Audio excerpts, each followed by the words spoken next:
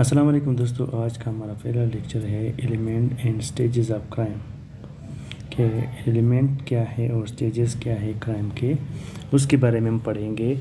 उसके बाद हम आते हैं इंट्रोडक्शन। सबसे पहले हम इसका इंट्रोडक्शन करते हैं कि इसका इंट्रोडक्शन क्या है। To create crime, two fundamental elements should be present at same time, otherwise there is not any crime. These two elements, guilty mind and physical act। कहने का मतलब यह है कि किसी भी जुर्म को पैदा करने के लिए दो अनासिर का होना लाजमी है, मुजरिमाना नियत और मुजरिमाना अमल। इनमें से अगर कोई एक मिस हुआ तो उसके बगैर वो जुर्म नहीं है, यानी जुर्म नहीं कहलाएंगे उसको। तो उसके लिए दो चीज़ों का होना लाजमी है। अभी हम आते हैं इसकी मीनिंग क्या है। Meaning of crime, any act that is punishable by law is called crime. कोई भी ऐसा अमल जो लॉ में इसकी सज़ा हो तो वो क्राइम कहलाता है। कहते हैं elements of crime. There are two main elements of crime, mens rea and actus reus. Mens rea क्या है? मेंस रिया यानी गिल्टी माइंड को कहते हैं, और एक्टस रिया फिज़िकल एक्ट को कहते हैं। मेंस रिया का मतलब ये है कि मुजरिमाना नियत, और एक्टस रिया का मतलब है मुजरिमाना अमल। तो सबसे पहले अभी हम आते हैं मेंस रिया की तरफ आते हैं कि मेंस रिया क्या है। Mens rea means it refers to culpable state of mind. ये काबिल एतराज़ स्टेट या मुजरिमाना स्टेट या मुजरिमाना नियत को भी कहते हैं।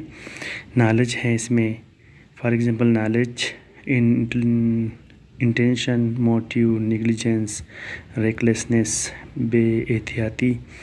फिर उसके बाद एक्टस रिया क्या है? The act done by person which is prohibited by law. For example कोई भी ऐसा अमल जो किसी शख्स ने किया हो, उसमें ला में उसकी मान्यत हो, वो क्या है? एक्टस रिया है। अगर वो वॉलंटरी है या इनवॉलंटरी है या ओमिशंस है।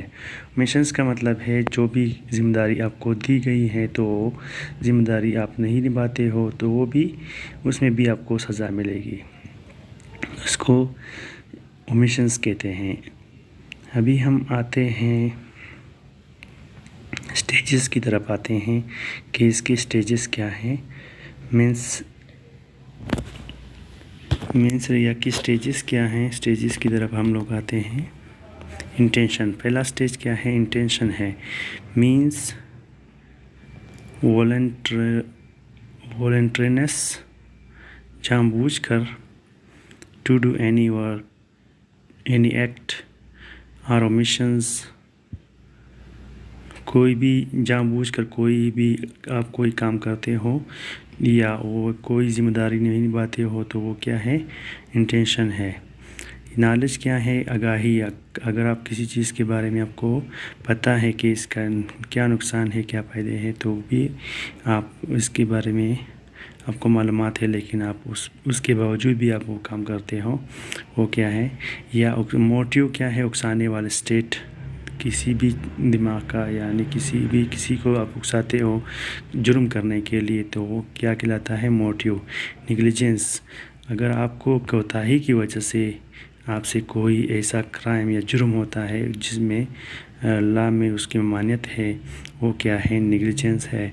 फिर उसके बाद इनवॉलंटरी एक्ट है। इनवॉलंटरी एक्ट यानी ऑटोमेटिक एक्ट है, यानी वो आपके वॉलंटरी नहीं है, यानी इनवॉलंटरी है, आपके कंट्रोल में नहीं है, आपके मसल्स आपके कंट्रोल में नहीं है, लेकिन उसके बावजूद आपसे वो काम हो जाता है, तो क्या है?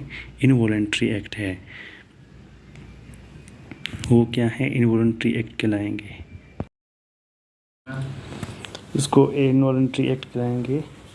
तो अभी हम आते हैं وولنٹری کیا ہے. وولنٹری ایکٹ کو بھی ہم پڑھیں گے کہ وولنٹری ایکٹ کیا ہے. ابھی ہم آتے ہیں وولنٹری ایکٹ کی طرف. وولنٹری ایکٹ کیا ہے؟ Voluntary act means willful act of a person in which he knows the consequences, means نتائج of that state. That act is called voluntary act. مطلب یہ ہے اس کا کہ جان بوجھ کر آپ کوئی کام کرتے ہو، آپ کو پتہ ہے اس کے نتائج کا بھی آپ کو پتہ ہے، لیکن اس کے باوجود بھی آپ وہ کام کرتے ہو، وہ کیا ہے؟ وولنٹری ایکٹ ہے.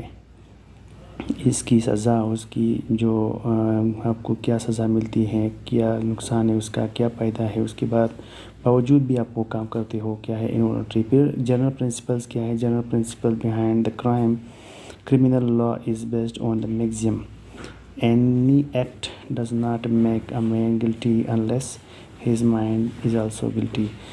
کہنے کا مطلب یہ ہے کہ کوئی بھی بندہ تب تک مجرم نہیں بنتا ہے جب تک اس کی یعنی نیت نہ ہو، یعنی اس جرم کو کرنے کے لیے اس کی نیت کا ہونا بھی لازمی ہے. کنکلوژن میں ہم یہ پڑھتے ہیں کہ کرائم کے لیے دو چیزوں کا ہونا لازمی ہے، مینس ریا اور ایکٹس ریا. یعنی اگر مینس ریا اور ایکٹس ریا ہوگا تو کرائم ہوگا، اگر نہیں ہوگا تو کرائم